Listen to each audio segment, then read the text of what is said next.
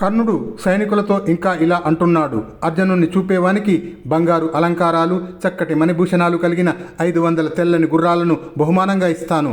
అర్జునుడు ఉండే చోటును చెప్పేవానికి రథానికి కట్టడానికి చక్కగా సరిపోయే 18 గుర్రాలను ఇస్తాను. ఉత్తమమైన కాంబోజ దేశ గుర్రాలను పూంచి స్వచ్ఛమై బంగారంతో నిర్మితమైన రథాన్ని బహుమానంగా ఇస్తాను.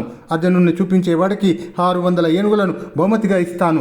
పార్థుణ్ణి చూపే వ్యక్తికి రాజభోజ్యాలైన 14 గ్రామాలను బహుమానంగా ఇస్తాను. అర్జునుణ్ణి గూర్చి తెలిపేవానికి బంగారు నగలు మెడలో కలిగి నవయువతులు అయిన 100 మంది మగధ దేశ దాసీలను బహుమానంగా ఇస్తాను. అర్జునుణ్ణి చూపేవానికి అది కూడా ఇష్టంగా కాకపోతే అతడు కోరిన దాన్ని దేన్నైనా స్వయంగా ఇస్తాను. పుత్రదారాన్ విహారాంచ యదన్యత్ విత్తమస్తిమే తచ్చ తస్మై పునర్దధ్యాం యచ్చ మనసే ఇచ్చతి. పుత్రులు, స్త్రీలు, విహారవనాలు ఇంకా నాకు ఉన్న ఇతర ధనములో అతడు మనఃపూర్వకంగా ఏమి అడిగినా ఇస్తాను. కృష్ణార్జునులు ఎక్కడ ఉన్నారో చెప్పిన వానికి వారిని సంహరించి వారి సంపదలను బహుమానంగా ఇస్తాను.